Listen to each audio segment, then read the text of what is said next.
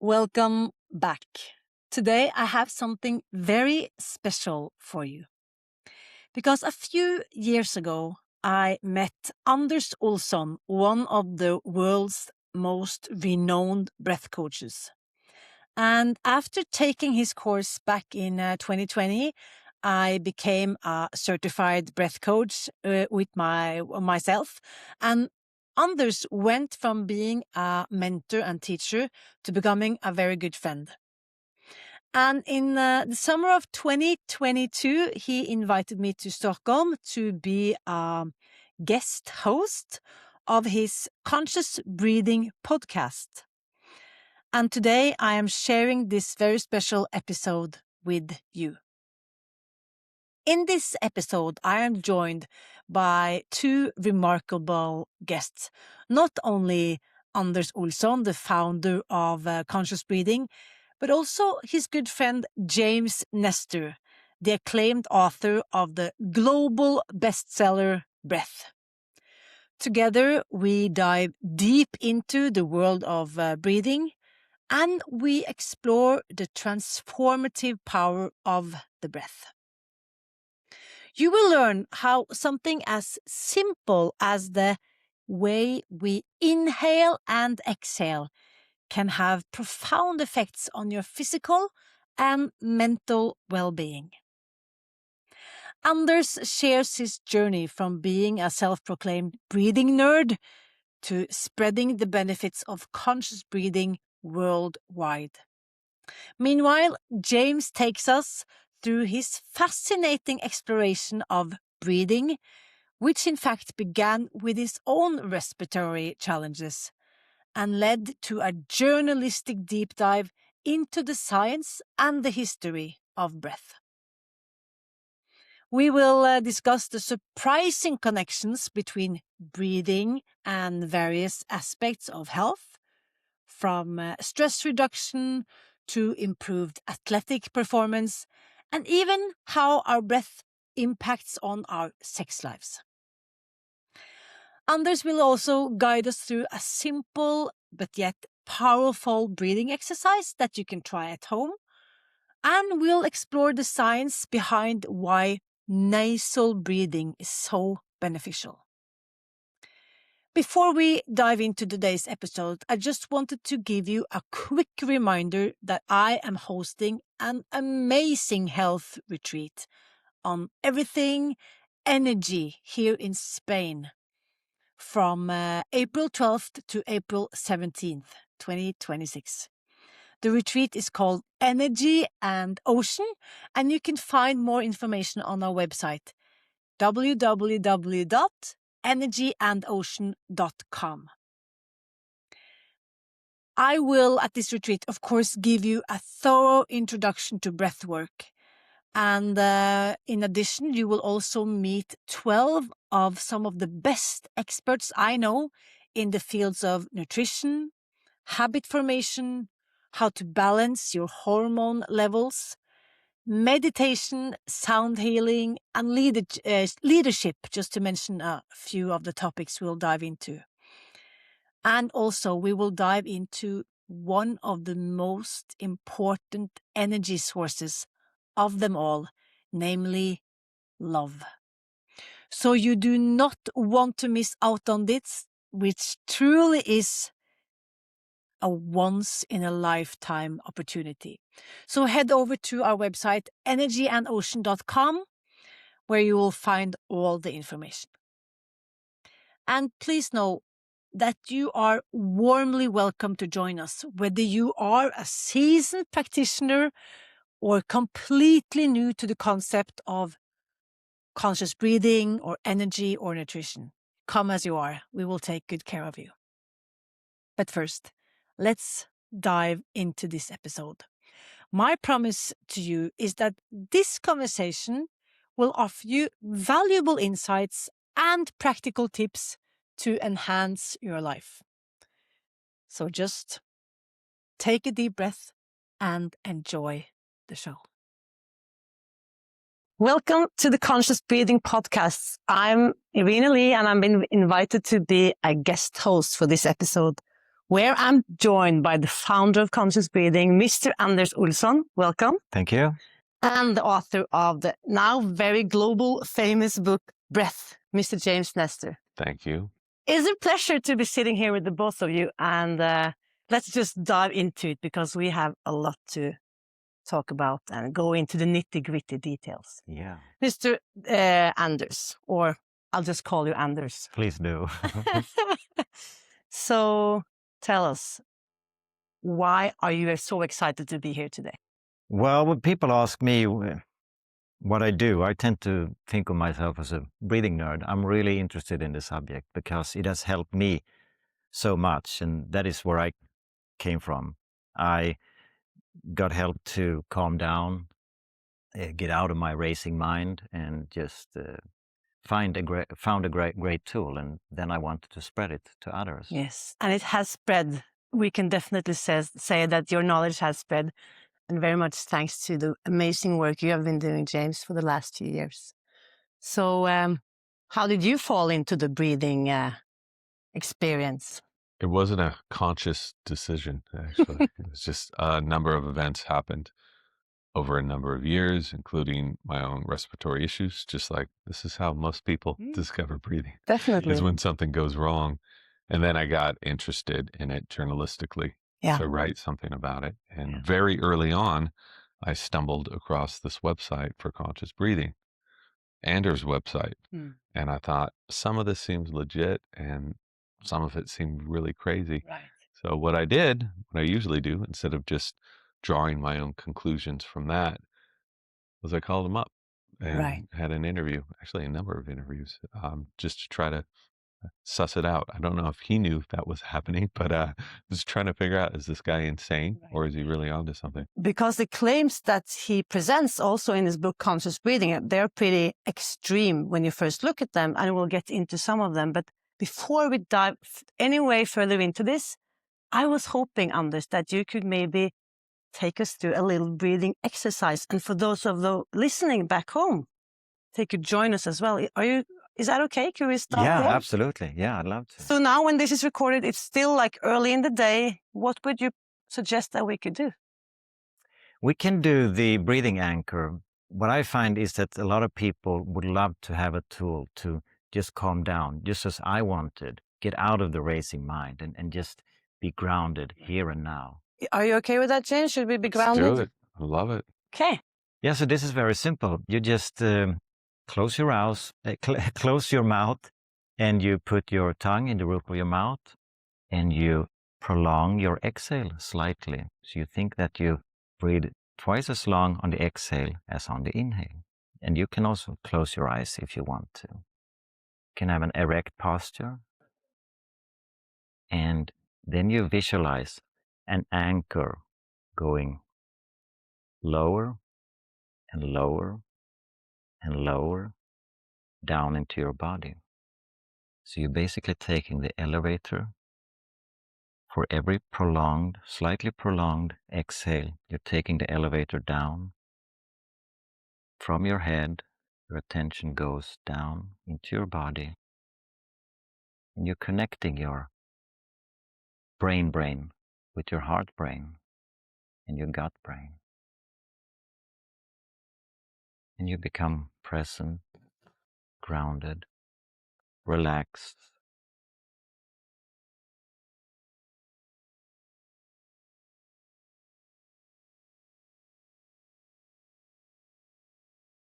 You may feel that you're breathing low and slow and rhythmically. And the key to this is the nasal breathing and the prolonged exhale.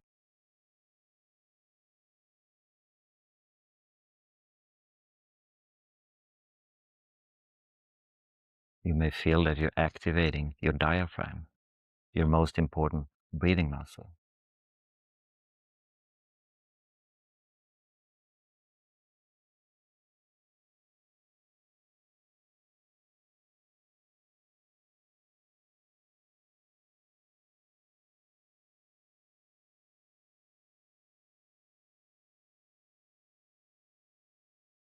Welcome back.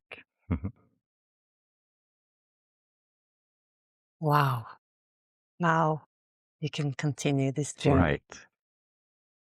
So this is probably one of the many things you discovered, how you can change your state by changing your breath. Tell us, do you use this technique, the breathing anchor that Anders just showed us? I do, yeah. And I think that so many techniques, if you look at ancient yoga practices or qigong or whatever, have the same general premise of extending the exhale, shortening the inhale, and calming the body down. Yeah. What's interesting is if people don't believe that that is something that is actively working on their bodies, you can just look at simple measurements of your heart rate. You can look at nervous system function, heart rate variability, even brain waves, and see how just shifting your breathing over a few seconds can have such a profound effect. That's just one of the many, many nuggets that people can read about in your amazing book, Breath, which now has been translated and sold to over 35 countries. That's amazing. Congratulations. Thanks. Do you ever like kick back and like, wow, I did it. I'm successful now. I wish I had time to do that. Haven't really had time in the last couple of years. I view this as an extension of research that had been going on for a long time. Yeah. So maybe I'm adding a bullhorn to people, researchers like Anders, like Yandel Henderson, like Carl Stow. So many people for so many years have been studying this stuff. And as a journalist, I was able just to sort of come into the story as this wave was starting to crash and people were becoming more aware of it. Right.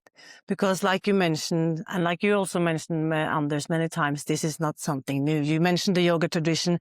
There are, documents that or proof that this is practices that are going back thousands of years. So it's, yeah. Yeah, this is nothing new at all. Right. But that's why it's so amazing that storytellers, and like you yourself, Anders, you've also written the Medveten Andning, or Conscious Breathing, the book in English, and now the book that's now available through James's work in so many countries all over the world. We need storytellers, right? We need people who can bring this knowledge forward to the general public. Yeah, exactly. That's my job. If I'm not able to communicate the stuff clearly to people who are young and people who are old and everyone in between, then I've completely failed. So I write for a general population. Right. And so much of this stuff is very technical, which is why so many people haven't ever heard about it or considered it because it's all hidden away in academic journals. Right. And so my job and Anders' job is to spend months and months and years reading these extremely boring academic journals and trying to find the story and create pieces of the puzzle to form a larger picture.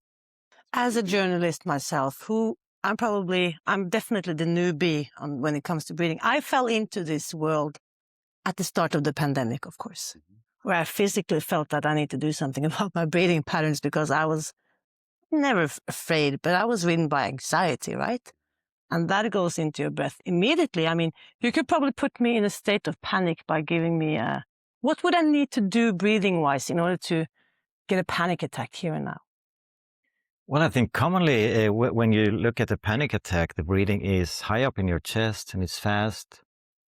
And what you do then, you get rid of carbon dioxide. So we inhale oxygen, and then we are basically like carbon dioxide factories. These mitochondria in our body, they convert the food we eat together with oxygen into energy plus carbon dioxide. And then we exhale the excess carbon dioxide. So when we have this fast and shallow breathing, we upset the oxygen carbon dioxide balance. So we get too much oxygen and too little carbon dioxide. And if you come to the hospital with a panic attack, you get a bag to breathe in and out through. And the reason why it works... Like a gray paper bag that we've seen in the US movies when they hide their alcohol bottles, that kind of bag, right? Exactly, yeah. And the reason why it works is because you exhale about 100 times more carbon dioxide than you inhale. And when you exhale that into a bag, then you will rebreathe it, right? When you have the bag in front of your face. And that means then that you will increase the carbon dioxide pressure in your body. And the reason why you get calmer then if you have a panic attack is because carbon dioxide has a relaxing and widening effect on the smooth muscles that surround the airways and the blood vessels. So this panic brain is actually starved of blood and oxygen. So when you then increase the carbon dioxide pressure, you open up your airways, open up your blood vessels. So the panic brain can get oxygen and blood. Which is kind of paradoxical in what we are taught.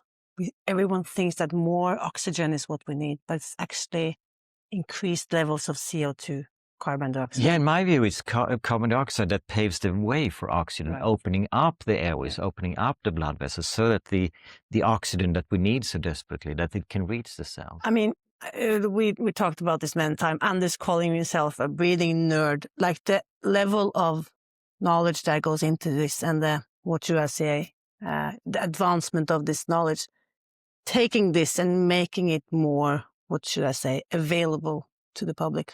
Tell us a little bit about that journey. How has that been for you to translate the science language into common language?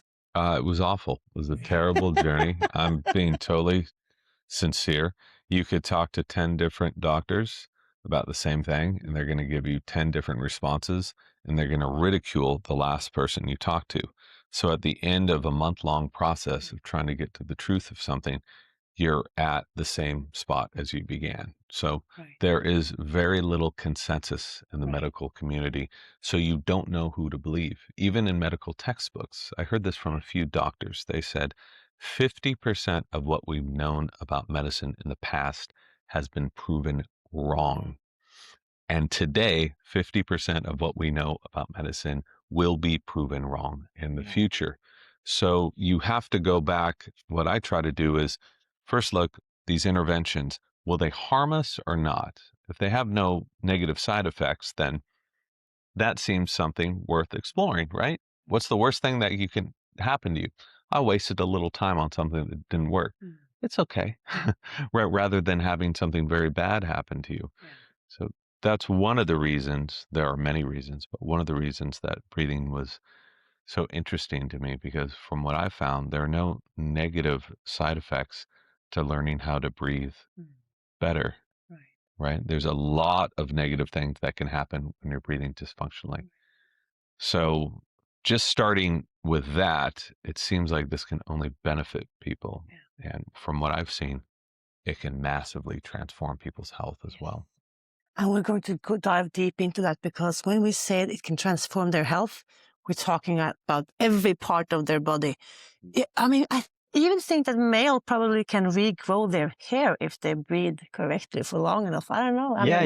Just look at me. No, but we're talking about eyesight. We talk about smelling sensory, like probably how you can hear, your ability to taste stuff, the construction of your throat, your body, your weight, your sex life, your feet, everything is connected to breathing. So, I mean, let's take it from the top down. So I was thinking about, because I fell into, like I mentioned at the beginning of the pandemic, and I discovered first your book, and through your book, I discovered Anders's work.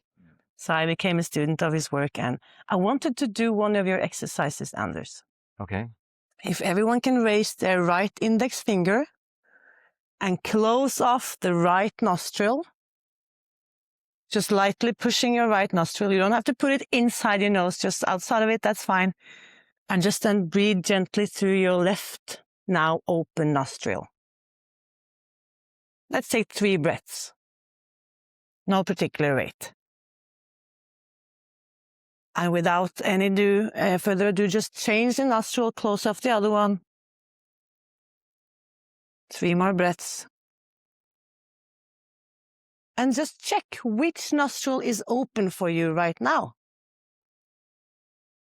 I don't know if everyone has gotten a sense, Anders, what nostril is open for you? This one, the right one. The right more nostril open. is more open. Is it a big difference, or is it a subtle difference? More a subtle difference, yeah. What about you, James? Right by far. Right by far. So the left is definitely more closed right now. So for me, also the left, a little subtle. I had to check a couple of times because it wasn't clear. So left open for me, right for you, James, and for you it was also the right. So what does that indicate? Who wants to answer this? Well, there is science saying that there is this lateral connection between the right nostril has a connection to the left side of the body and the opposite. No, the right nostril being connected to the left side of the brain, but it actually connects to the right side of the body as well. Okay. So the switch happens above the nose. Yeah. So the right side being open for you guys, that implies that you are more in a sympathetic state right now, which is a little bit more, what should I say, forward-leaning, awake, aware, alert. Yeah. And for those of us who have the left side more open right now, we're a little bit more relaxed, more in a state of the parasympathetic nervous system response. That is a little bit more, laid back, not afraid right now. Yeah. And that's so interesting, the shift between the parasympathetic and the sympathetic nervous system. You've written about this in your book extensively as well. Well, as far as the relationship between the nostrils and our states, I think it has more to do with the nostrils stimulating those different states rather than the nostrils being a reflection of those states. And so what the going theory is, the reason why our nostrils will switch throughout the day, every 30 minutes to 3 to 4 hours, will become right nostril dominant or left nostril dominant. Sometimes they're both open pretty equally, but then it goes back and forth. A lot of people think that that is to keep the body balanced, which is why when you have a cold or when you're sick, this that pattern gets much quicker and dysfunctional as the body tries to catch up and balance and tries to find what your body needs at that time. Which there's some hypotheses that suggest that one of the reasons that our noses will get congested at some times is to help restore our balance of carbon dioxide too. But what we do know as an absolute scientific fact is breathing, forcing yourself to breathe through one nostril or another will elicit certain reactions in the body. So right side is associated with heat, increased heart rate, increased blood pressure, stimulating. That this is the sun nostril, according to yogis. And then you have the moon, the feminine energy, which is stimulating the right or creative side of the brain and is calming you down. Blood pressure goes down, heart rate goes down. We know that through studies. What we still don't know exactly is why our bodies do this automatically. They do their alternate nostril breathing on their own. And I think it's pretty obvious that there's a reason why we have developed these abilities, but still scientifically that hasn't been proven. But I think that you can deduce why we've evolved to be able to do that. But also probably add that there's no better or worse. We need both. Just like everything else. Just the everything. yin and yang. The yin and yang, the masculine, the feminine. Yes. You mentioned the yoga tradition with the sun and the moon. So how often do you check your nostril breathing, Anders? Like, what state am I in? Never, actually. Never. No. Never. No. What about you, James? Do you do it? Never. No, because your bodies are automatically doing that. I do some alternate nostril breathing when I want to get into a certain state. That's hacking your body's own biology, what it's naturally doing. But I very, very rarely check. That's interesting because someone told me, like, what if you started checking and take that into consideration?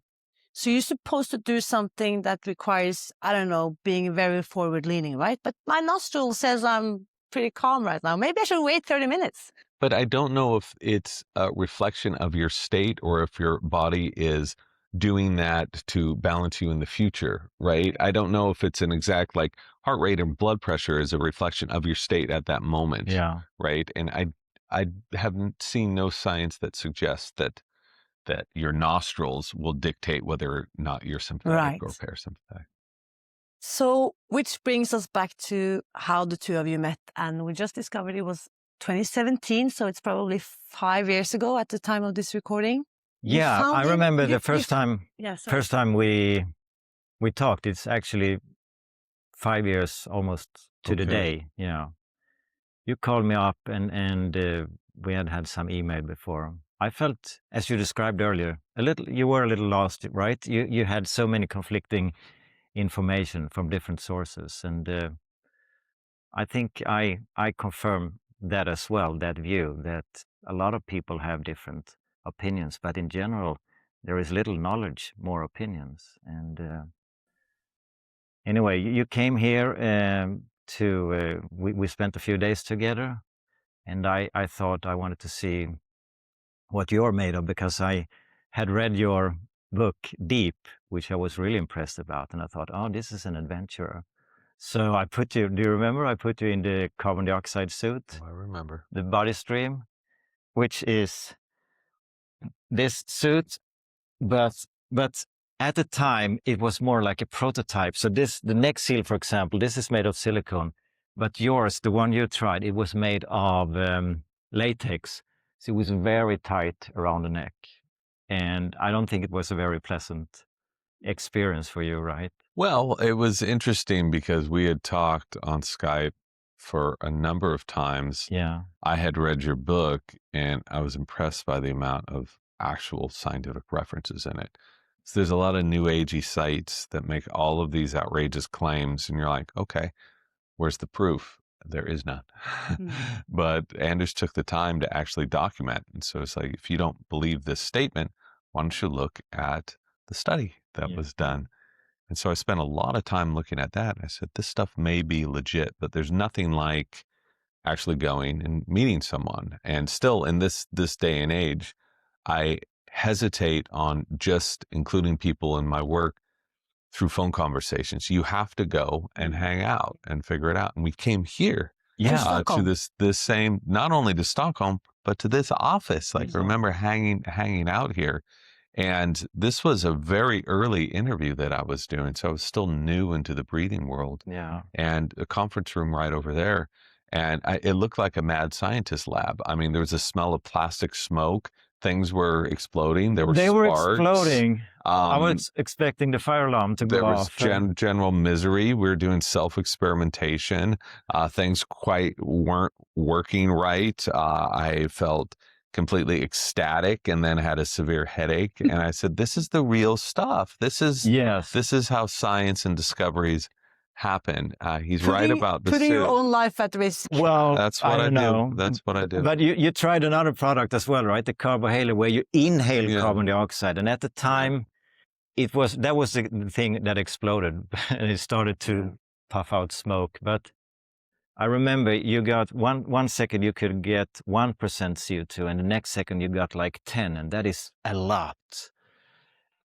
That sounds extreme. But the thing is, you really wanted to try, right? You're the curious guy who want to try for yourself. Well, I had read so much research about inhaling carbon dioxide, and Anders is Mr. CO2 here, about how it's so essential to the body, having a balance of it. And there's very legitimate research looking into CO2 therapies and anxiety and panic and even epilepsy. And I wanted to try it, but there are no machines you can buy. So what does Anders do is he goes out and makes one himself. He invents and of course that process is going to take a while.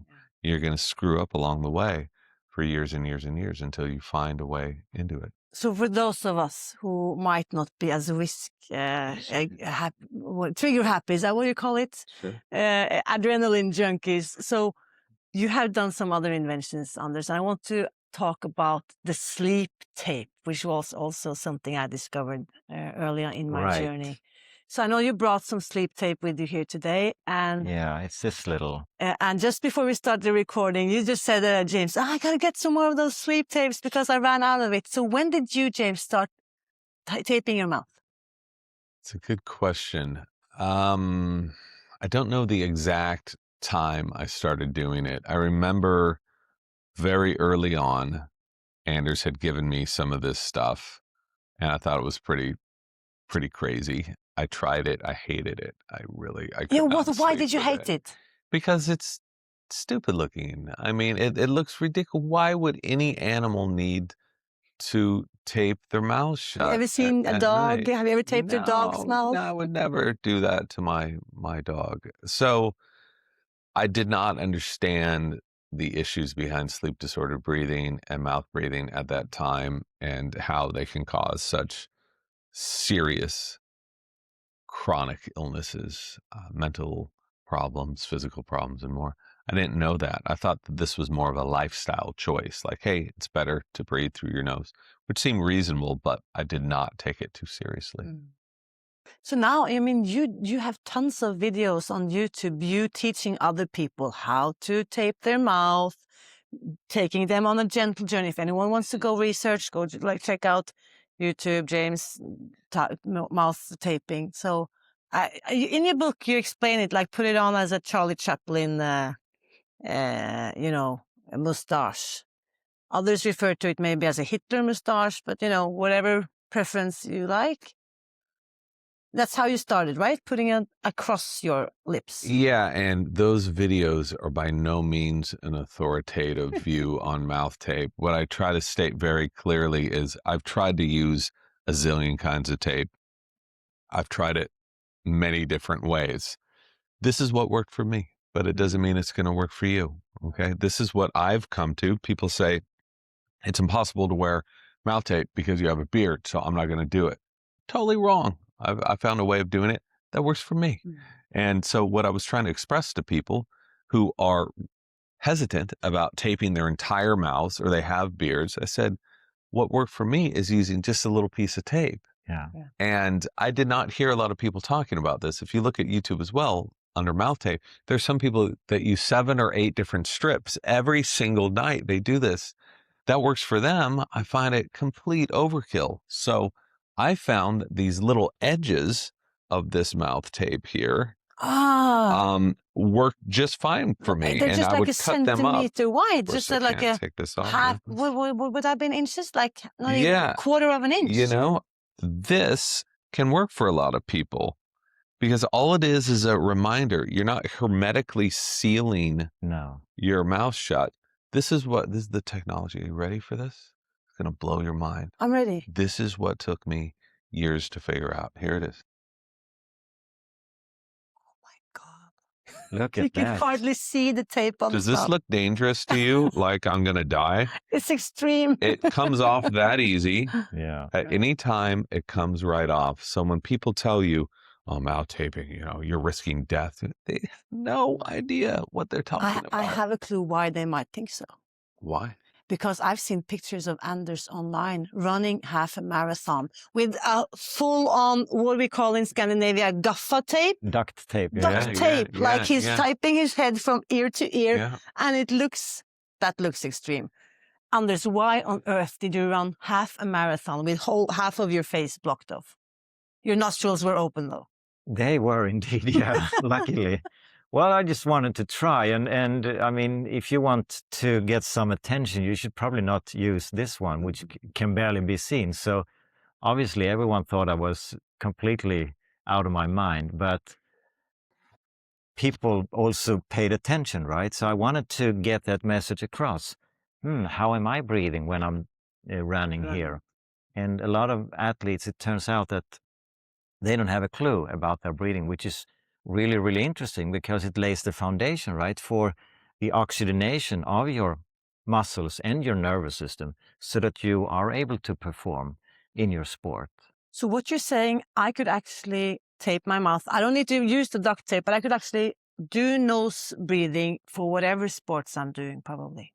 Yeah, and you don't need to tape your mouth. That was just a fun thing to show people. It was a showstopper. It definitely grabbed some attention. You made headlines all over Scandinavia with that one. Yeah, well, I mean, in my view, you can train that ability to use your nose predominantly, whatever activity. Well, swimming may be a bit hard. I've tried crawling with nasal breathing. I lasted for 25 meters, and then it took me probably 5 minutes to cough up the water. So maybe not swimming, but in all other sports I've tried, it's really possible. A lot of it has to do with the mind, and I think the same is with the tape at night. And if someone is worried about taping, I suggest tape for a few evenings just to get used to the sensation. And even before you go to bed. Yeah, before you go to bed. Yeah, that's what I mean. Yeah. To tape for 10, 15 minutes. But the same, it's a mindset and an idea we have that, oh my God, I can't breathe all of that air I'm taking in when I'm doing physical activity. It's impossible through the nose. But what we do is that we replace quantity with quality, because the nose helps you to keep the airways open. So you drive the air further down into the lungs. When you, like most athletes I see, still today when I'm out jogging, I have only met one person, I think, that does the nasal breathing. All other, they look like this, really forceful breathing. And what happens then is that the airways get irritated and they get more narrow. So you automatically force the air higher up in your chest. And that is not very efficient, because we have like a snorkel from the nose and the mouth all the way down to the alveoli, and that is called in medical terms the dead space. There is no action. We want the air we inhale to reach the alveoli, and if we're breathing higher up in our chest, there is not so many alveoli here. They're located further down in the lungs, most of them. So that means we are moving most of the air just in and out of this snorkel, this dead space. So then we have to compensate by breathing faster. It's like driving our car and having a foot on the brake, and we have to compensate by pushing harder on the gas pedal. So when you do nasal breathing, you are able to drive the air to the lower parts of the lungs. So that's why you're able to do your activity with less amount of air, less breathing. So you're replacing quantity with quality. I love the fact that by duct taping your face, this knowledge gets out to people. Well, so we need to use whatever means. Yeah, that's what I figured. Yeah, perfect. Well. And because this is what you guys didn't stop at taping your mouth or trying to inhale carbon dioxide in higher amounts. You actually went to Stanford, and that is like, can we say, I don't know the American term, but there is like this story that goes around the story, you know, what do you call it, the red thread or something, like, and you and Anders going to Stanford is definitely like one of those follow-through stories in your book, Breath. Tell us about that insane experiment. How did that come along? How did you even get permission to do something crazy as that? What did you do? Well, when I was researching the book, I imagined this experiment was going to be almost a footnote in the book. It was going to be a very small part of one chapter, at the end of one chapter, of just personally experiencing what Anders and I had both studied for years. Yeah. What are the differences between mouth breathing and nasal breathing? How does that make you feel? How does that affect athletic performance? So people who study this know the differences. The science is very clear that there are profound differences in the quality of sleep, even focus, athletic ability again. And so we were curious to experience this personally, having read so much about it. I had begun a friendship with Dr. Jack Arnaiak, who I had interviewed numerous times at Stanford, because I live in San Francisco. Stanford is quite close. And he liked this idea, and we really wanted to get a bunch of people involved. I said, you're a nose guy. He's one of the leaders in the world of rhinology research. He had no money for it, could find no money for it. So he's like, you can use my lab. I'll cut you a deal, but you have to pay for this study. So, and at Stanford, that is not cheap. Trust me, trust Anders on that. So, so I signed up. I was like, okay, I'll just do this experiment, and it'll be this kind of funny thing that will be included in the book. Then I thought about it. I said a one-person experiment means basically nothing. Like, you need at least two people. Not as though two people, that means a ton, but it means a lot more than one person. 100% more, right? So yeah, 100% more. That's a big difference. I remember asking Anders about it. I was thinking, who can I call? Like, let me look in my Rolodex. Who can I call to join me for this human experiment? I asked him, and I introduced the idea, and he's like, yeah, that sounds terrible. And we just kind of left it at that, after especially everything you know about nasal breathing and mouth breathing. Because the experiment was to actually close. No, wait. My view is a bit different. I remember you telling me about the experiment that you were going to do, and I thought, oh, what a great idea! And I thought of this, the guy who ate McDonald's for a month. Supersize me. Yeah, I thought it was a bit similar to that.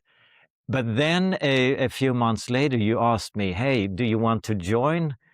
And I said, no, absolutely not. But I'm way too curious to not join. So I also wanted the experience, yeah. Is it proper to ask, like, what did you have to pay this? Oh, my God. You know, what did this experiment cost you? Can I ask you?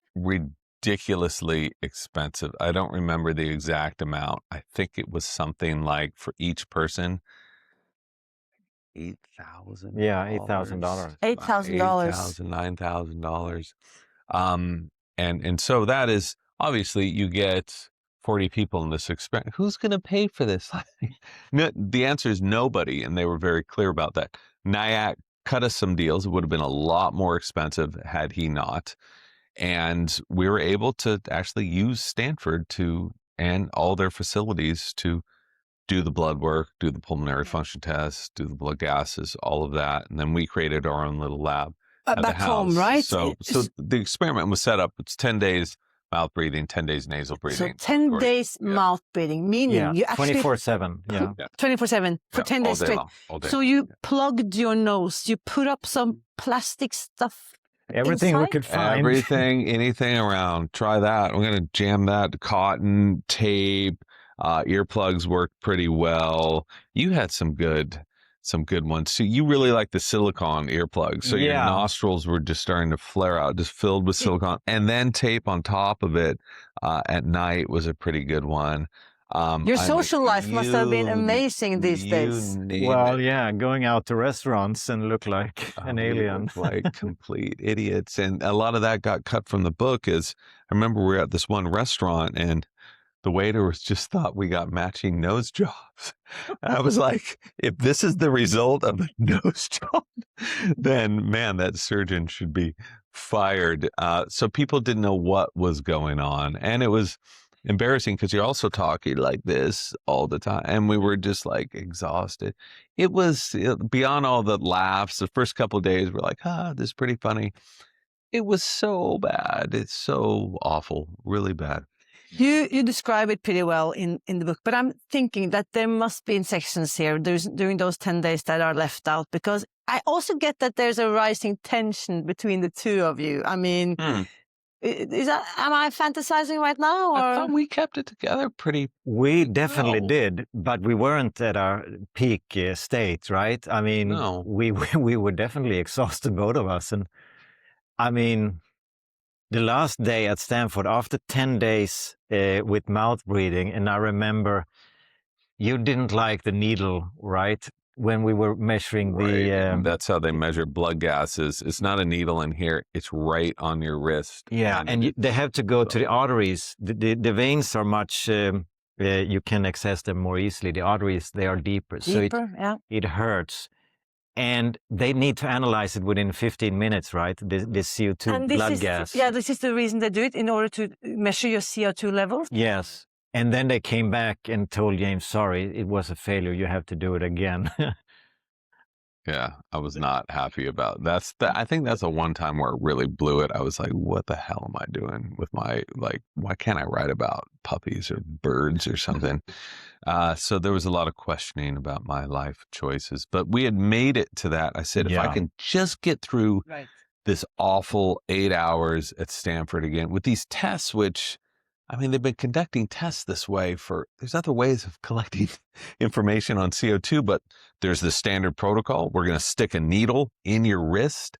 with all the technological advances, you just start wondering, you're like, what is this system that we're all in? I think you were questioning that too. Yeah. But we thought, just if we can make it through this day, the next 10 days aren't going to be fun because we have to eat the same thing, walk the same amount of steps, but at least we're going to be nasal breathing. Yeah. At least we can be breathing the way humans are supposed to breathe. Because this was the second part of the experiment. You did the 10 Yes. days, you did all your blood work, and you did also the measurements that you described pretty funnily in your home studio, in your home lab. Was it back in your house, like in your living room? Yeah, I have 2 floors, 2 different units on my house. So I took the whole downstairs unit, became a lab, and I lived down there and slept down there and was just down there. And Anders was right across the street, so he could walk over in his socks, and we could just do 3 times a day, do the testing. So you did like oximeter and pulse and all kinds a lot of of stuff. things, balance, eyesight. We did push-ups and measured our HRV. We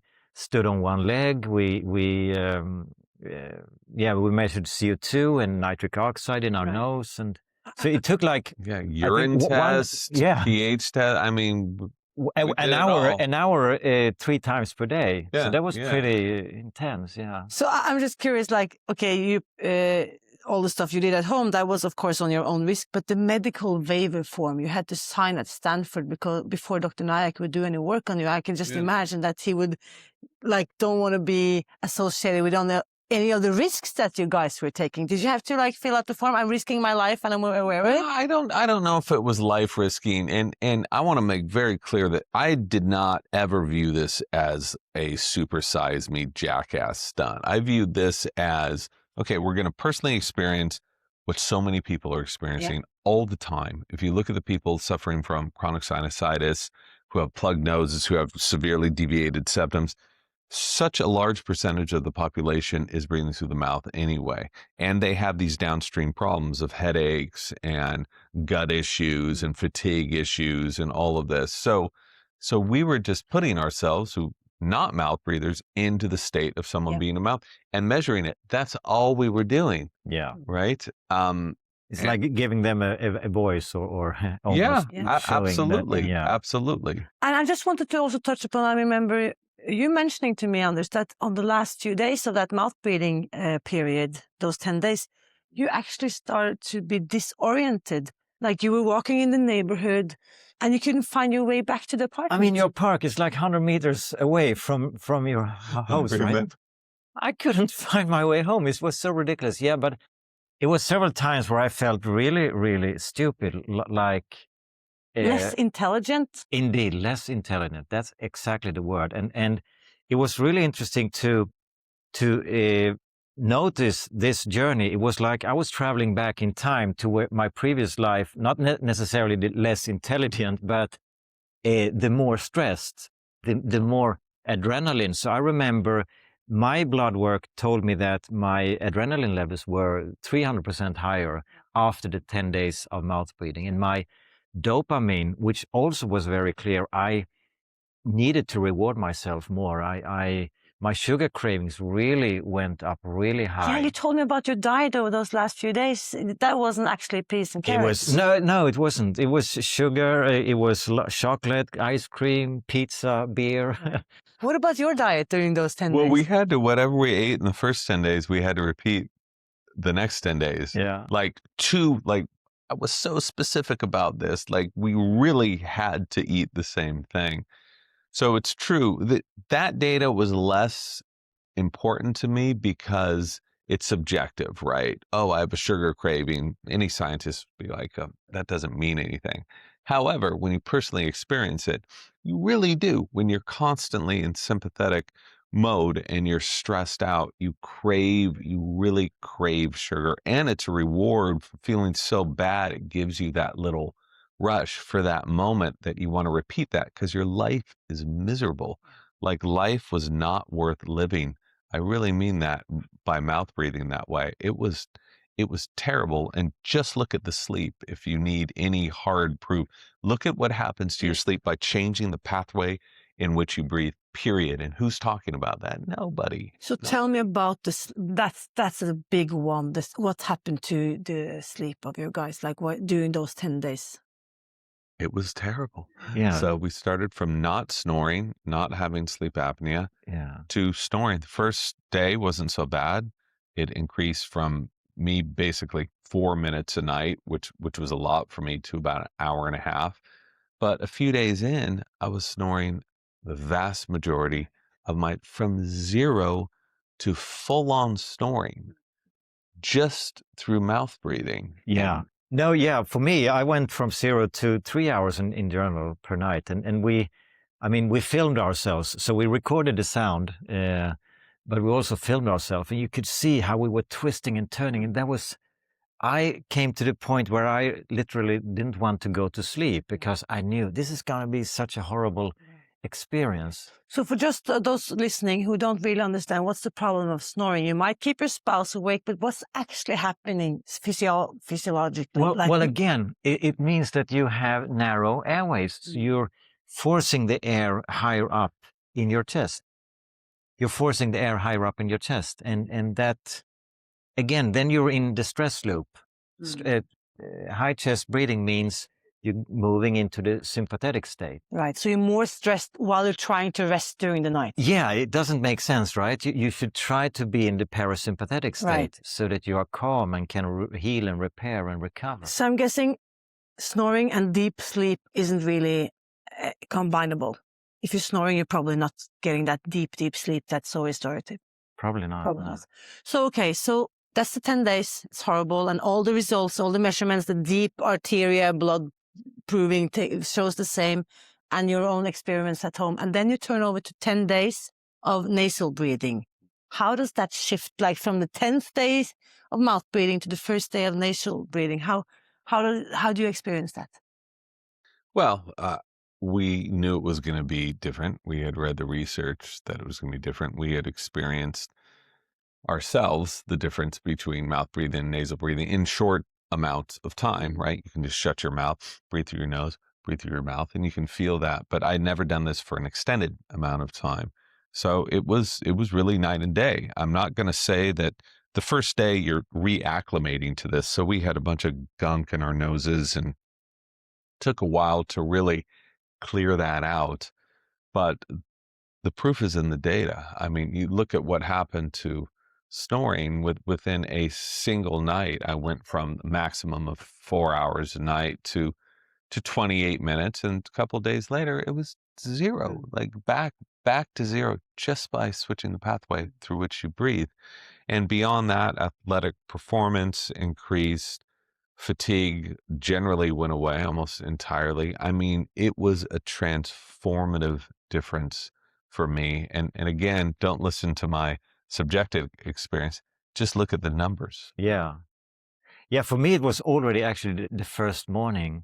When I looked at the snore data, I think it was almost 0 already the first night with taped mouth and good old nasal breathing. And I remember waking up already there the first morning. My energy was probably 11 from a scale from 1 to 10. And I just couldn't stop smiling. It was really like night and day. So I would be very worried about my loss of taste. You know, when your nose is clogged, you don't taste the food. Like, was it possible to taste anything at all? Do you remember? Yeah, it was, because some scents are able to travel up through the sinus From the cavities, not backside, just kind of, here. right. A lot of that taste was greatly diminished, but I remember being able to taste food. It was not very enjoyable because it's harder to swallow that way as well. So the reason also I'm bringing in food, I mean, we talked about your background as a journalist, and me myself being from Norway. I know you also traveled to Norway years ago with a group of crazy surfers to ride the waves of Lofoten.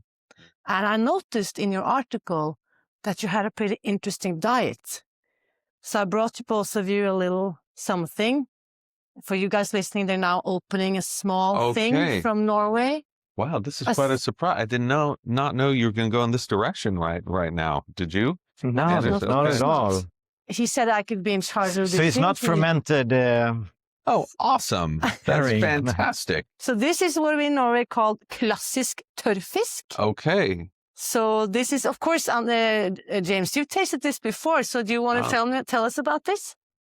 Yes, it's extremely chewy and it tastes like the ocean. And I quite enjoyed this. I basically subsisted on this.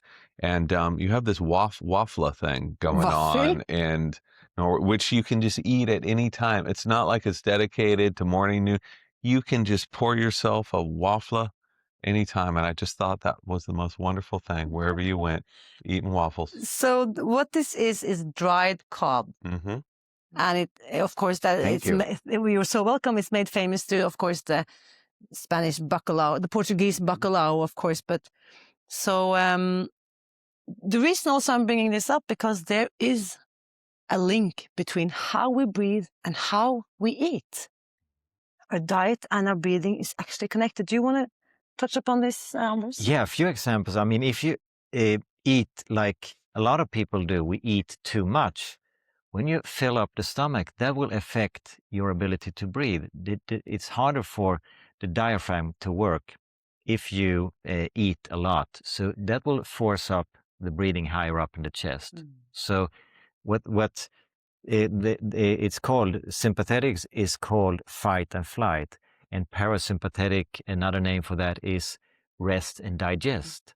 So when we digest food, we should preferably not be in fight flight, right?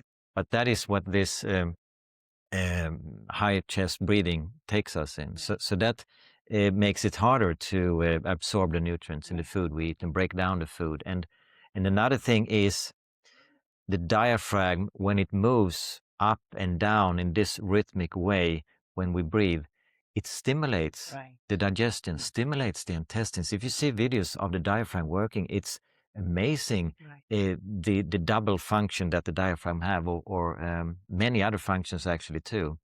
But definitely on the digestive. So it actually helps to push the food physically through the digestive tract further down in your body. Yeah. Right. Yeah. So you also mentioned in the book that there is a resemblance between overbreathing and overeating. That during the last 30 years, we see, of course, the obesity epidemic, shooting through everywhere in the world. And at the same time, we can probably have this theory that people have started overbreathing in the same period. Any thoughts on this? Yeah, it's harder to gauge because we can't go back in time and look at how much people are breathing, and even overbreathing is a hard thing to really measure. But with the few studies that are available, it does appear that people are breathing more.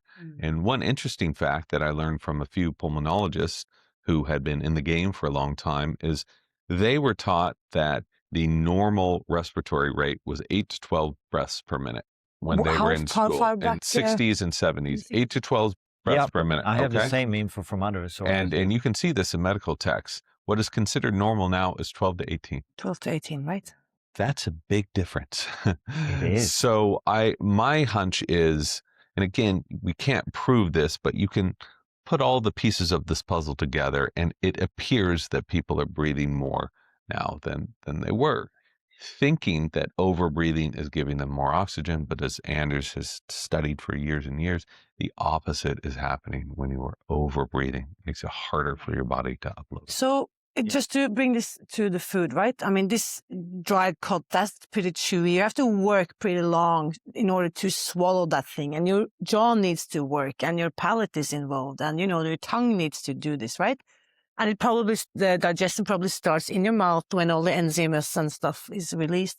And you also mentioned this in your book, how we ate so differently far back in our time, right? When our diets didn't consist of smoothies and pre-chewed food, right?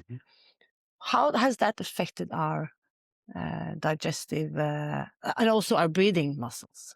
Well, there's a reason why our ancestors all had straight teeth, why they all had these prognathic, very powerful profiles. And a lot of people, for some reason, still don't believe this. All you have to do is look at the skeletal record and you can see it. If you don't believe me, if you think I'm making this up. And there's a reason why 90% of us have some sort of deformation in our mouths, why We all seem to have crooked teeth because our mouths are so small. So there's been research into this for more than 100 years, and vitamins and minerals play some bit in that, but it's mostly chewing stress. If when you were young and developing, if you don't have vigorous chewing stress, your muscles and your skeleton will not develop properly. Period. And that makes perfect sense. It's like if you're not running around all the time, if you're just sitting around, then your legs aren't going to develop properly. If you never use your hands, then it's the same thing with your face and all of these muscles and all of these bones. So if you only eat ultra-processed foods, Anders, pre-chewed food, like I like to call them. Baby food. Baby foods. What happens to our breathing muscles? Well, it gets narrow. You don't develop this area fully, and that can then lead to problems in the throat area. And also, a lot of these ultra-processed foods, they have a lower pH. And that's an interesting correlation between low pH food will drive faster breathing, because when we exhale carbon dioxide, it affects the pH in our body. So they really are tied together. If you have a fast breathing, you will have more cravings for low pH food, like basically junk food. And vice versa, if you eat junk food, you will start to overbreathe in order to compensate, in order for the body to maintain the right pH balance. Right.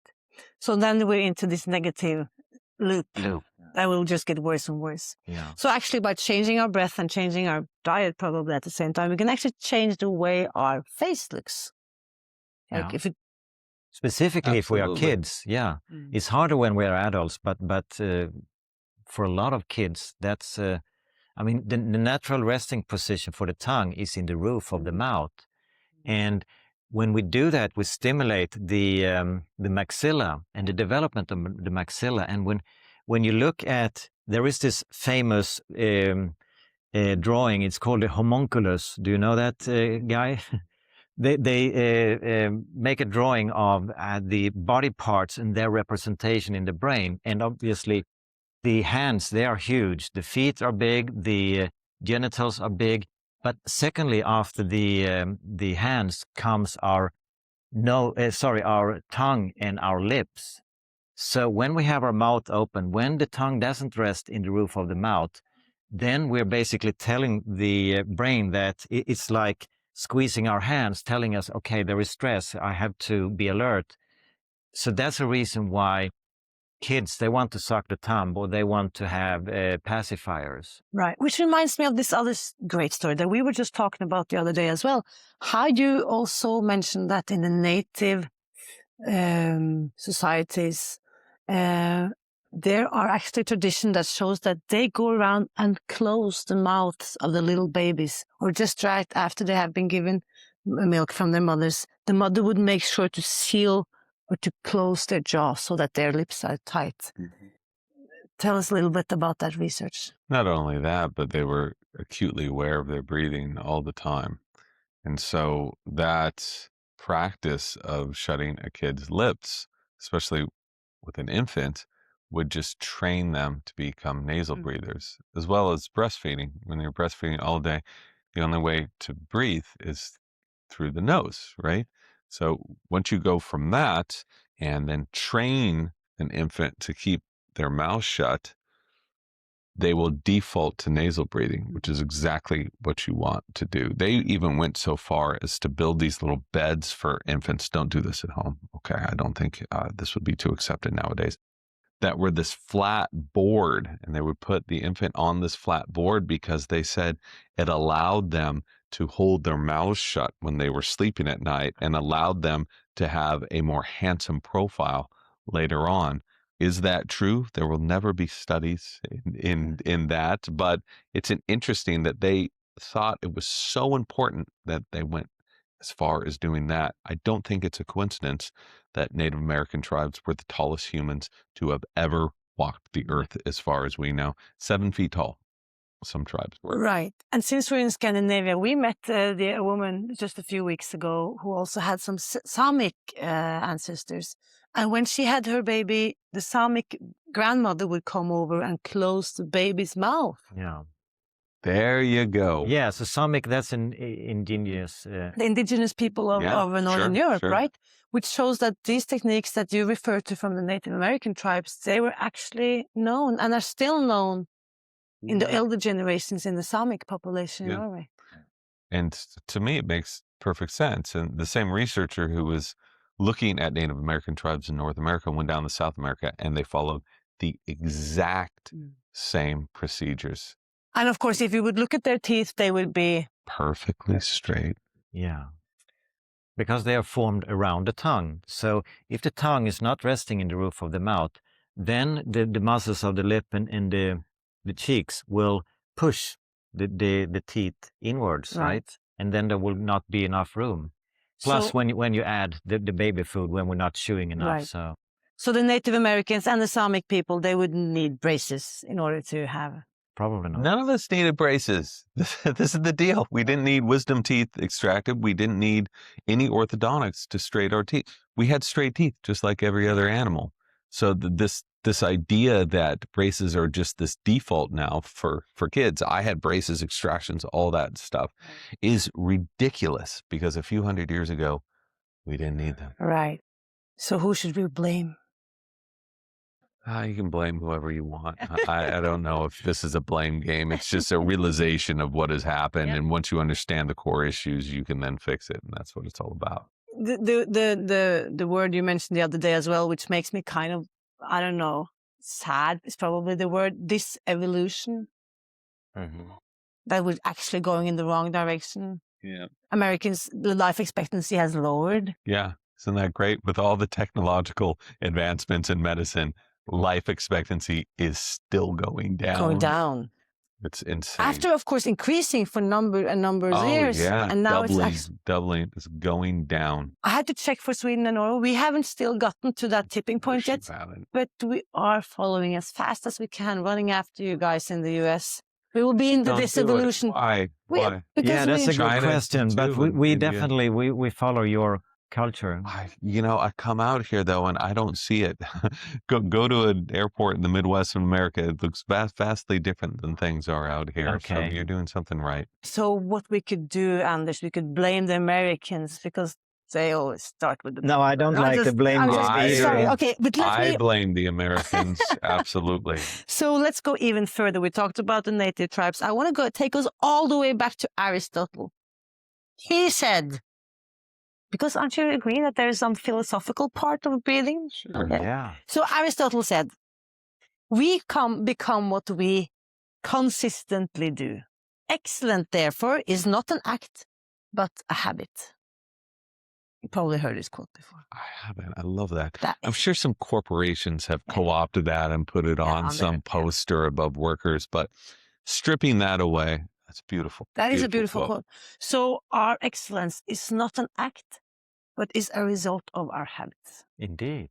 Which, of course, brings us to the topic. I'm holding you guys now to the table. What are your breathing rituals or your habits, Anders? Please. Well, I tape my mouth still at night. I do. I do physical activity almost exclusively with nasal breathing. I used to be very competitive. Some say I may still be a little bit competitive, but when I do exercise, I don't. I have this idea that I don't go harder, push myself more than my nose can deal with. So that's what I do, and I use my little relaxator. Oh, I'm glad you brought that. We're going to talk about that in just a bit. Yeah. Okay, hold on to that. And of course, the breathing awareness. Sometimes I still consider myself a beginner because when we engage in life, when I'm sitting there at the computer or looking at my mobile and getting focused and concentrating, I still have this tendency to hold my breath. It's not that easy to keep to these low, slow, rhythmical breaths when we live our daily life in this society where we have stimuli coming at us all the time and exposed to all these, I guess, delicious food that may not be the best for our body. I think a lot of our society is structured around satisfying our brain. Our body doesn't necessarily want to run a marathon or drink 5 beers or have tight deadlines. It may be a construct to deliver adrenaline to our brain, or dopamine, or whatever we are addicted to. What about your routines, James? Mm-hmm. I think at the beginning, every morning, I wake up and put on my robe, and then I have a bunch of beads, and I spend about 2 hours using special oils, and then I sit in complete darkness for about 6 hours and practice on my breathing and focus on a deity. And that's pretty much my day. Then I go to sleep. Yeah, so. And then you post a selfie on Instagram. Yeah, all the time, usually shirtless. I've got my abs oiled up and I look pretty impressive. So a lot of people think that when you spend years and years writing a book on breathing, yes, you do become a complete neurotic, especially when you're recording your breathing, when you have wearables looking at your oxygen, when you're looking at your heart rate variability, you're trying to find that perfect breath. But I'm a journalist, so I'm a researcher. And once I go deeply into a field, I have the luxury of leaving a lot of that behind. And I usually do because out of necessity, you have to get on with the next assignment. However, with this book and this research, I felt such a profound transformation from changing my own breathing habits and learning so much about it that, of course, I breathe differently now. And of course, it's completely changed me. And of course, I use a number of different practices, not consistent, doesn't start every single day with the same thing. I like some mornings to start off with some Kundalini or some vigorous breath work. But what's even more important is how you're breathing throughout the day, and especially at night. I use sleep tape every single night and throughout the day. And while exercising, I am not breathing through my mouth ever. It just doesn't happen unless I consciously go, Right. which is perfectly fine. So what you're both saying is that at least there is an awareness. Yeah, but not just as you. I don't follow any strict routines. I think that is counterproductive. I think at the end of the day, I want to be happy and harmonious. And if I have too many of these must do, it will take me actually further away from that. And I think that the point, and Anders would probably agree on this, is to really work hard on establishing good habits so that becomes your unconscious default. Right. Yeah. I don't want to be thinking about this stuff throughout the day. A lot of people are like, oh, so now I'm thinking about my diet, thinking about my kids, thinking about exercise. Now to think about breathing, what a hassle. Right. It's like, do the work at the beginning, figure out a way that is positive for you to sustain healthy breathing habits. It's like a diet when people do these crash diets, then come out and gain more weight than they had before.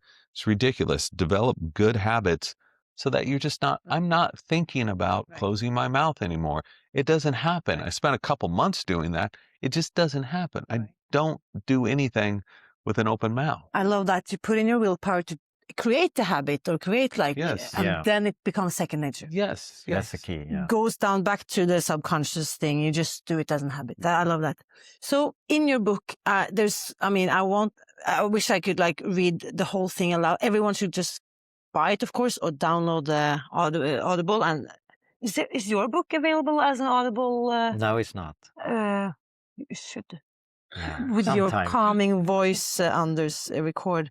Any day. So, you write in the book that a study of 5,000 people show that the greatest indicator of lifespan wasn't genetics or diet or the amount of exercise. It was lung capacity. Who would have guessed, right?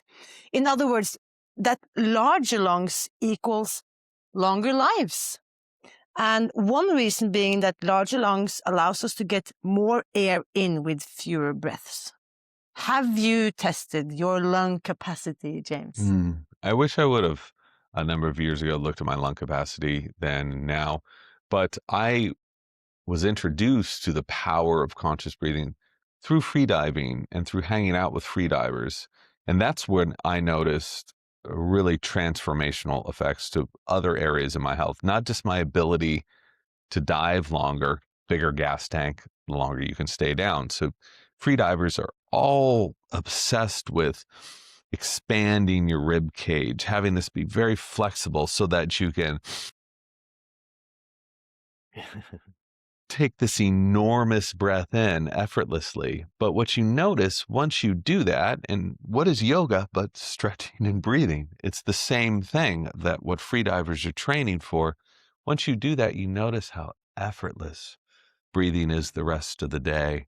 And especially at night, how effortless it becomes. Because if you have larger lungs, you can take fewer breaths. It's less effort to get more energy. Right. You think that's not going to make a difference for your sleep quality or your athletic ability or even for calmness? Of course it is. Mhm. So that's how I came to it. And I'm sure my lung capacity has increased. And this is the great thing, is that even if we're born with small lungs and we're told that, oh, we only have a certain lung capacity, we can change this at any time in your life. What about you, Anders? Have you tested your lung capacity? No, I haven't either, except for I think we did it at Stanford, didn't we? Yeah, if you, I wasn't a huge fan of these tests where they shoot you up with bronchodilators and it felt so that unnatural. protocol, it wasn't fully natural. No, I agree with that. But no, apart from that, I haven't really. So is it like male have 6 liters and women have a little less, 5? Is That's what that they say, the numbers? Yes. Yeah, something like So, but also an indicator, like you touched upon with the freedivers, you can measure it by seeing how long you can naturally hold your breath. Is that a way to measure your lung capacity? That's more looking at blood oxygen levels and Right. your respiratory health than lung capacity. You need proper measurements Right. to be able. How much can you exhale? How much is that reserve volume? Right. You know, so you'll need a machine to do Right. that. You can't do that at home. Yeah. Not like blowing up a balloon and check that out. That doesn't No. help. So that's why I wanted to touch upon another one of your inventions, Anders, the relaxator, which sounds like an enticing device. Do you mind showing us one of your? No, absolutely. Would you say that this would be a fantastic tool to increase your lung capacity?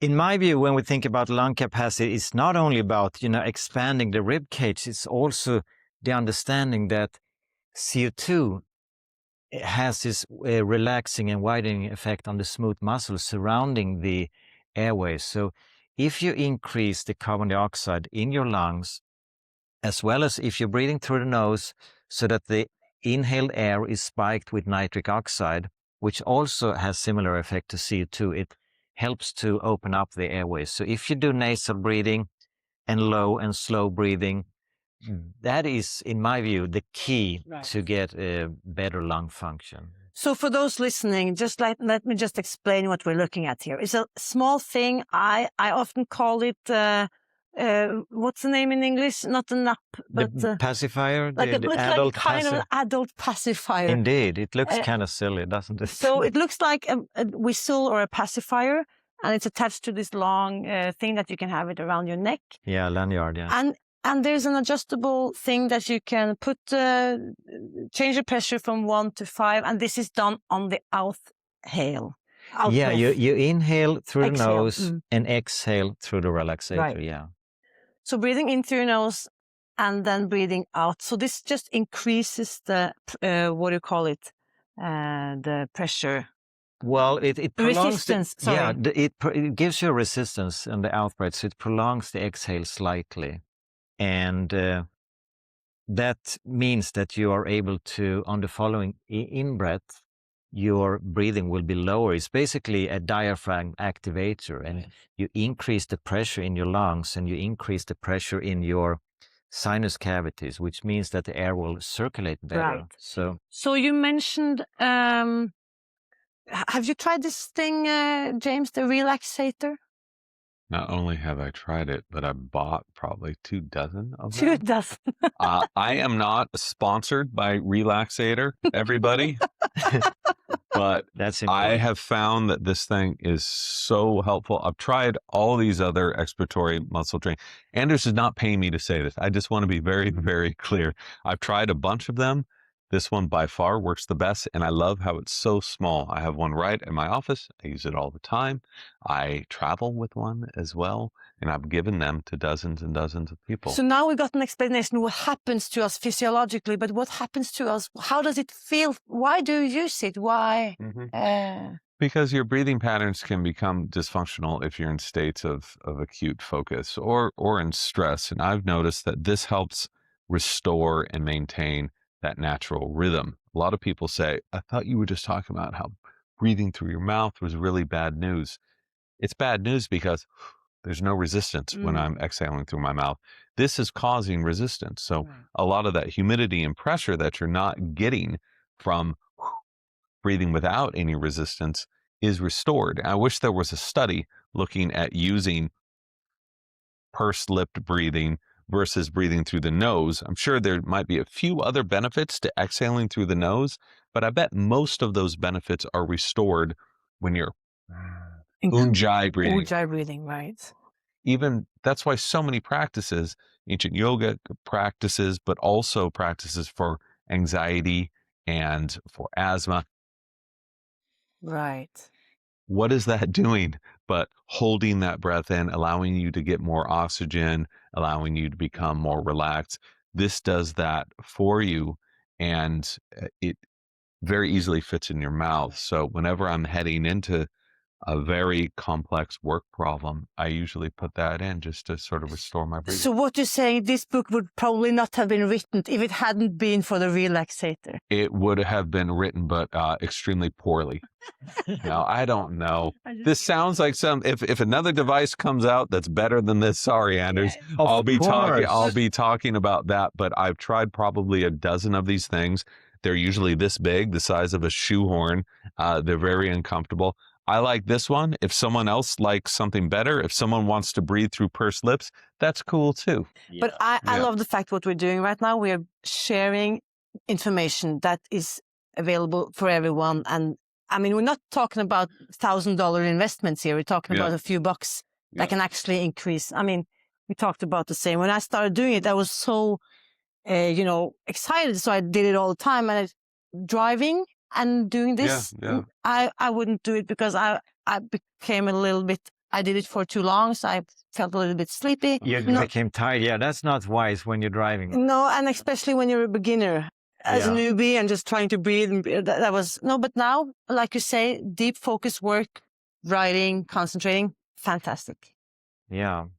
So thank you for your kind words, but I couldn't agree more. I'm not here to sell this stuff, right? I'm just noticing as well the benefits. So I'm surprised to these days still that wow. Now when I have a tight deadline or whatever, and I put it in my mouth, and I'm able to be really focused, it's really nice.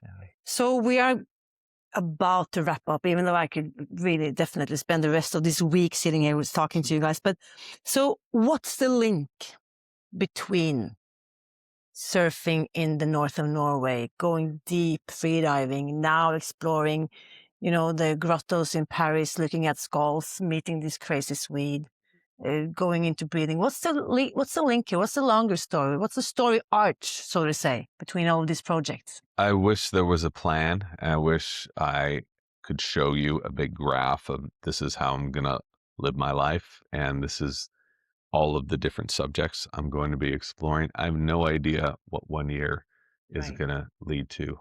But what I do, and what I've been so lucky to do after working pretty hard for a number of decades, is to choose subjects that fascinate me. Right. If you are spending 24 hours a day becoming obsessed with something, you better like that subject and be interested in it. Otherwise, writing is the stupidest thing you could ever do. I mean, there's so many easier jobs, stress-free jobs, probably make you a lot happier, but this allows me to wake up every day and be curious. And I'm curious about a lot of things, and I talk to everybody, even though people like the experts say, why would you talk to that person? He doesn't have a PhD. My job is to try to find the truth behind subjects, and oftentimes that truth is hidden in the cracks, and you have to be willing to go through those cracks and deal with hearing 99% complete BS to find that 1% that can open up a door to something unexpected. So that's the funnest part of my job. I absolutely love it. It's definitely not for everybody. Actually, it's not for most people. No, probably not. So I'm also curious because you mentioned the other day that since this book was published in May of 2020, of course, more research has come your way, and there are things you know now that had you known before publishing, you probably would have included that in the book. Could you mention a few of those nuggets that you now have learned that you weren't aware of at the time of publishing? Sure. So science is always changing and it's always progressing, and you have to be flexible enough to change your viewpoints as things progress. There's no end point to science, right? It's and the moment that you think there is, you're no longer a scientist. You're a religious zealot that is only able or only wanting to think within a particular box. So I've had the pleasure and privilege of continuing conversations with a lot of the researchers in the book, including a bunch of new researchers. So I'm still doing this research and probably never write about it. It's something that I'm very interested in. I'm helping to boot up a couple new studies right now just because I think they'd be interesting. Yeah. But one thing I do wish I would have written more about that I've learned a lot about from speaking at conferences and talking to experts is sleep disorder breathing in kids. I mentioned it a little bit in the book, ADHD, sleep problems, chewing, sleep problems. But what I've learned is there is a huge epidemic with kids that is going to destroy a lot more people's lives than any other disease out right now. Sleep disorder breathing is just wrecking people's lives. So I know also from your work, Anders, that when you have the testimonials from the kids and the young adults and the boy who was 13 who definitely changed his entire life just by doing some of your easy exercises, tell us, like, how does that affect you, knowing that you can positively create an impact for the coming generation? Oh, that's the most beautiful gift. And just going back to myself, I think that is what I would have wanted more than anything else. That tool, that knowledge, that ability to, because my racing mind was there with me since as long as I can remember. And I found it often very hard to get out of it. So I can really relate to those kids, and it's fantastic when they share their stories, how such simple things, such simple knowledge can actually have such a huge impact. Yeah. You know, I have kids myself, and I sometimes go over and tape their mouths while they're sleeping. No, I haven't. No, I have invited, and they've tried it, both of them. They haven't really gotten the hang of it, but at least they're curious. And I know a lot of kids now among my friends' kids. And one young boy, he has an asthma problem, and he has benefited greatly from it. And another one who was addicted to, what do you call it, nasal sprays. She could quit the nasal spraying after just taping her mouth at night. Very bad for the world economy, what we're saying here. Right. So keep using those sprays. You don't have to use them. Just keep buying them. Keep people employed. We're all going to be okay. Yeah, since you bring this up, imagine the medical industry. If people would do these techniques, we could only guess how much, But people won't. And here's a very important distinction here is I want to allow people to have choices and options. I think Anders is in the same boat here. You can never force anyone to do anything. And what I've found is the majority of people do not want to be bothered with this stuff, which is perfectly fine. They don't want to change their diet. They don't want to exercise. They don't want to change their breathing. That is fine with me. I'm not going to judge anyone for anything. But if they don't have an option, if they do want to change these things, that is wrong. They should have an option to be like, there's another way of doing this that you may benefit from. Might be a little more work, but the outcome will be much more favorable. Make your choice. I think we have that choice with food now. You'd be hard pressed to find people who think eating McDonald's every day is good for you. Eating candy bars every day is good for you. That's how it was when I was growing up. These foods are fine. We now know that those foods are crap. Right. And so you have good food and bad food. People still make the wrong choices all the time. Right. Completely fine with it. So now we know that dried cod is an alternative. I am just salivating looking at this. It's been so long. And this is from Lofoten.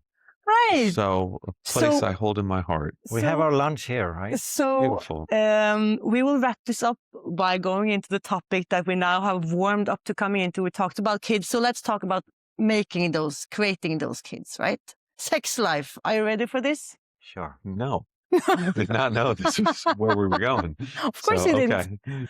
So that's what happens when we're given all the permission to take this wherever I wanted to. So let's talk about sex. Because at least you, Anders, claim that breathing can impact your sex life. Yeah, I do. Yeah, all from my own experience. Now, there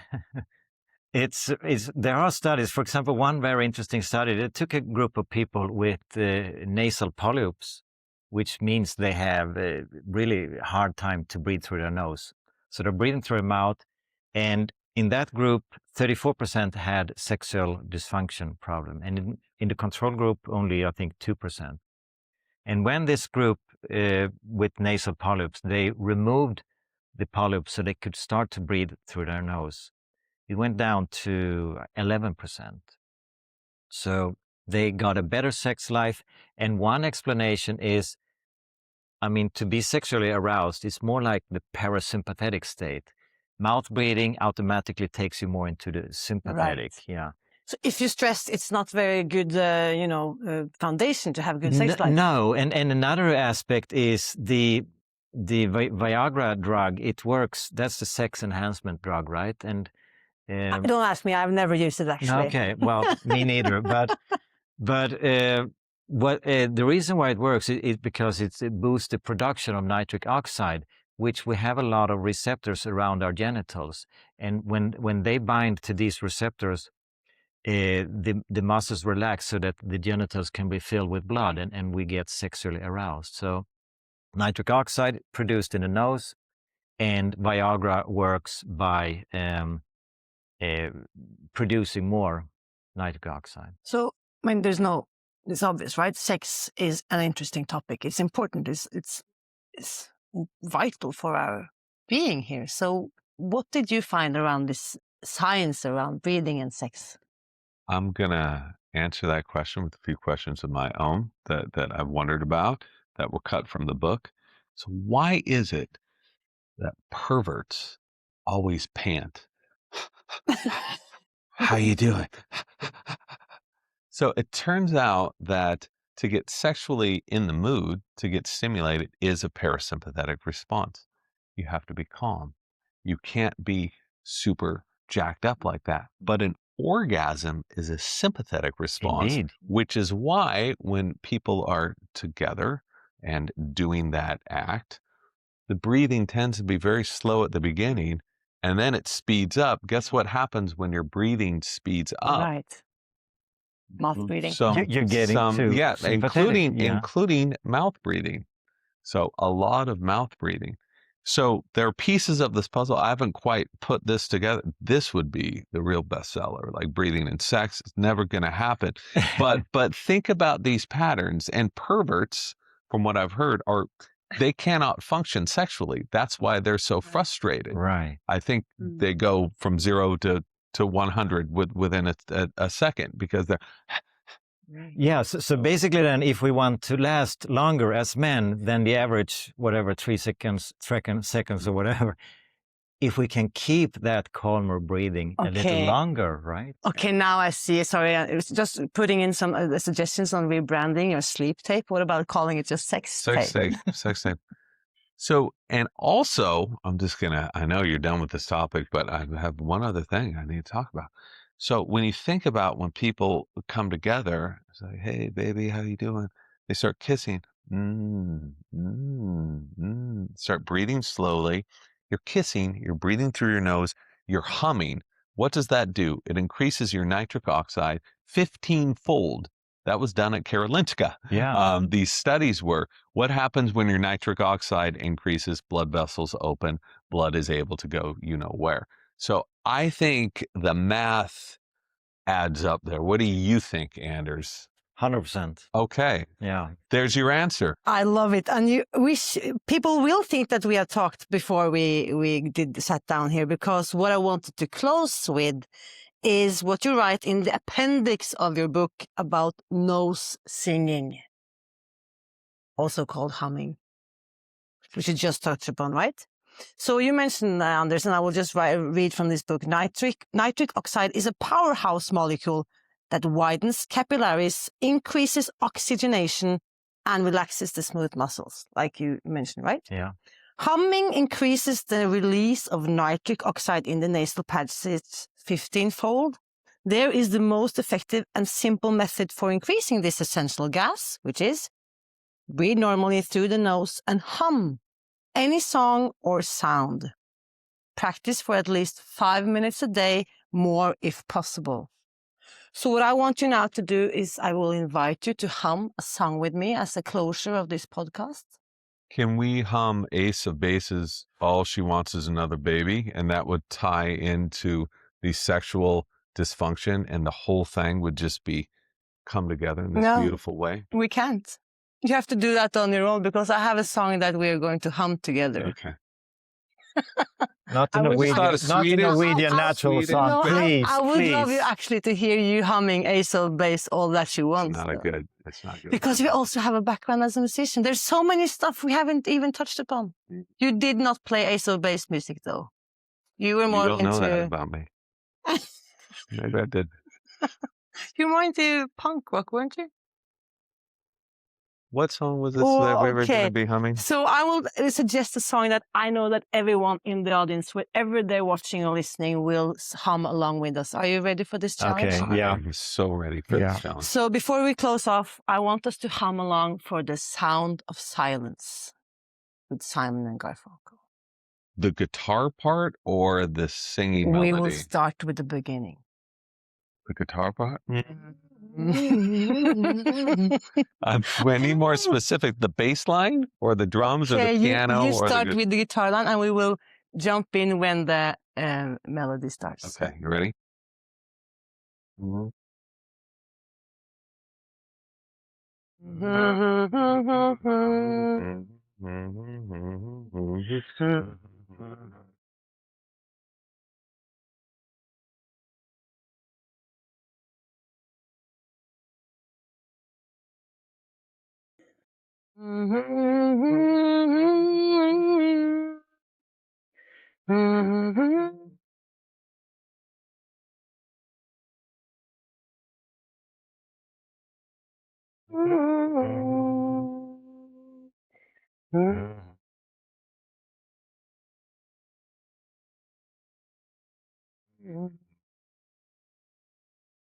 Thank you so much.